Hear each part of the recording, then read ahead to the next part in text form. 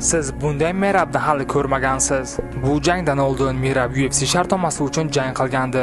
O'sha jangda Dana White'ning o'zi ham ishtirok etgan va Merab raqibini atigi 15 soniyada nokautga uchratganda qattiq hayratda qolgan. Merab va uni jamoasi dunyoning eng kuchli ligasidan shaxsan Dana White tomonidan shartnoma taklif qilganidan juda xursand bo'lishdi. Ammo afsuski uni UFC'dagi debyut jangi omadi kelmadi. Merab o'zining debyut jangini Ricky Simonga qarshi o'tkazdi. Merab odatdagidek serharakat uslubda Simonni chalg'itib, tezda oyoqlarini ushlab uni yerga yiqitdi.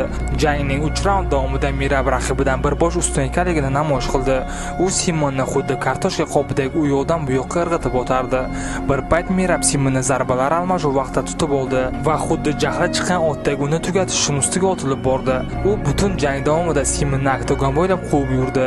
Ammo 3-raund oxirida jang tugashiga 1 daqiqadan kam vaqt qolganda Merab o'z xatosiga yo'l qo'ydi va Simonga gilyotinaga tushib qoldi.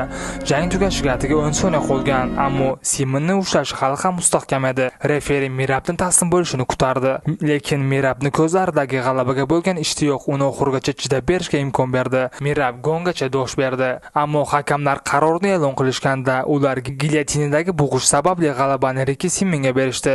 Do'stlar, bu borada sizning fikringiz qanday? Kommentariyaga yozib qoldiring. Videoga like bosib, kanalga obuna bo'lishni ham unutmang.